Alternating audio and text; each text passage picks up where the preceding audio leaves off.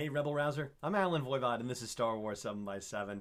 We're at episode number 1609. I'm always glad to be talking with you, and I'm very happy to be back in the studio in New Hampshire. It's a little colder here than it was in Maine, I must say. And so, as you may be able to see if you're watching the video version, I'm a little chillier here in the studio than I was, but that's okay. We're still going to jump right in and dig into the episode. Now, yesterday I said that I was tempting fate about the whole episode 9, lack of a trailer and lack of an announcement, lack of a teaser, that sort of thing. Well, so far it seems like fate is not taking the bait just yet. In fact, actually, there wasn't a Star Wars show yesterday, and there wasn't one last week, although Anthony Carboni talked about that and said, hey, Thanksgiving holiday in the U.S.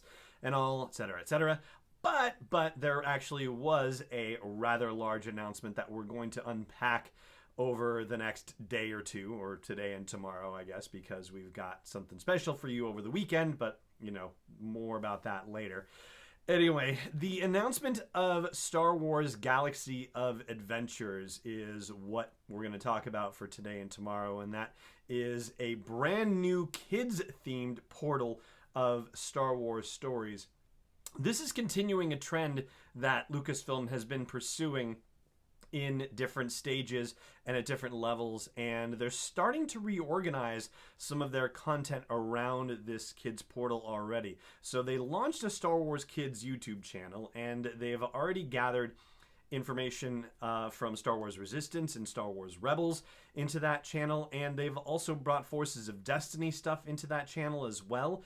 And this new Galaxy of Adventures thing is going to feature retellings of the original trilogy with brand new animation. And so this is the part that is in particular building on things that Lucasfilm has already been doing. There were junior versions of the novels that were released a while ago, including the Princess, the Scoundrel, and the Farm Boy. That was one of them that was dealing with events from the original Star Wars. And the So You Want to Be a Jedi, and that was for Empire Strikes Back, and Beware the Dark Side. That was the Return of the Jedi one. And these are sort of retellings in a way, but particularly kind of, amplifying and deepening the story and doing it in a way that appeals to younger readers. And then, of course, there were, 5-minute Star Wars stories that were books where essentially Star Wars stories from the original trilogy were broken down into little short 5-minute segments, or segments that you could read as bedtime reading in 5 minutes. And so, the idea of taking the original Star Wars stories and adapting them for younger audiences seems to be something very much on the mind of the folks at Lucasfilm. And James Waugh, W-A-U-G-H, so James Waugh, who is a vice president for strategy and content with Lucasfilm, talks about how, he's of the understanding that, there are a lot of parents who feel like their kids are not ready for the actual Star Wars movies just yet, and they want to be able to bridge the gap and help parents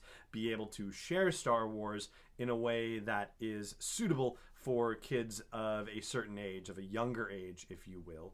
And, it's kind of funny when you think about it, because even, the original Star Wars movies, as exciting as adults find them to be, they are slower compared to the prequel trilogy and slower compared to the sequel movies as well. So, you can certainly make a case that the way that they're doing them, at least by the trailer that was released, certainly revs up the excitement level with the very fast-paced animation. But the fact that they're including the sound effects and the actual dialogue from the characters as part of this, if you want to talk about staying true to the original Star Wars, I think that's probably one of the best things you could have done, is by maintaining that link with the original dialogue from the original actors and integrating that into the new animation. And there may even be new scenes as well, as hinted at in the article on StarWars.com, so it'll be interesting to see how they pursue that, especially in light of the way that they're doing the scenes that we all know and love, but in a new way, but with the original dialogue. So, how they'll bridge that gap is a very interesting thing. And there are supposed to be also some, complementary mixed media things that go along with each of the shorts that they're going to produce. And one of the things they talk about is when Luke gets his lightsaber, that there's going to be a fun facts thing that talks about the history of lightsabers and so on. And, that stuff is out there as well, whether it's in, the DK guides or, essential atlases or absolutely everything you need to know. There are all of these reference guides for this sort of information, and it sounds like they could easily pull from that stuff to make some very cool elements that go along with these shorts as well. So it doesn't feel like, I had a moment where I was looking at this and going, oh my gosh, are we getting near the idea of rebooting the original trilogy? Is it possible that they would ever remake those movies? And that's a little fear I have. The fact that Disney was, willing to make the canon reboot situation happen back in 2014 and eliminate the expanded universe. I mean, I'm still okay with that decision. I know a lot of people are not, and it's just one of those difficult things. But I think that it would be even more difficult to take if you actually just said, hey, forget the movies that were made 40 years ago. We're going to reboot those movies. I think that's the point at which everybody would lose their minds entirely. And it sounds like they're willing to play with the idea of reimagining, but they're not necessarily willing to actually, do something so sacrilegious, for lack of a better word to use. Instead, what they're going to do is they're going to create this kid-focused portal and look at ways that they can tell the old stories in new and fantastic ways. So, I'm very interested to see how they decide to pursue this. And I guess the first of the shorts is going to start coming out on Friday, actually, November 30th. And true to Lucasfilm, they're going to have a Hasbro toy line around it as well. So, good for them. I hope that ends up working out well. I guess we'll see how it goes with the shorts and their popularity, and whether the action figures that are developed as a result.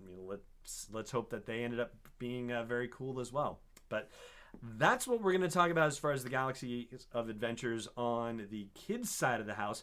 But there are things that are said in the article and said by James Walk that seem to bear on the rest of Star Wars storytelling and on the storytelling to the adult side of the house. And we're going to talk about those particular aspects of the article on tomorrow's episode of the show.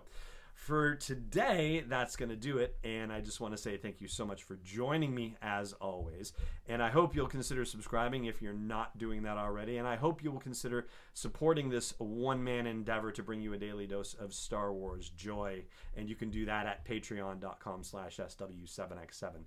For now, though, it just remains for me to say, may the Force be with you, wherever in the world you may be. This podcast is not endorsed or sponsored yet by Lucasfilm Limited, Disney, or 20th Century Fox, and is intended for entertainment and information purposes only. Star Wars, the Star Wars logo, all names and pictures of Star Wars characters, vehicles, and any other Star Wars-related items are registered trademarks and or copyrights of Lucasfilm Limited or their respective trademark and copyright holders. May the Force be with them. All original content is copyright 2018 Star Wars 7x7. We hope you love it!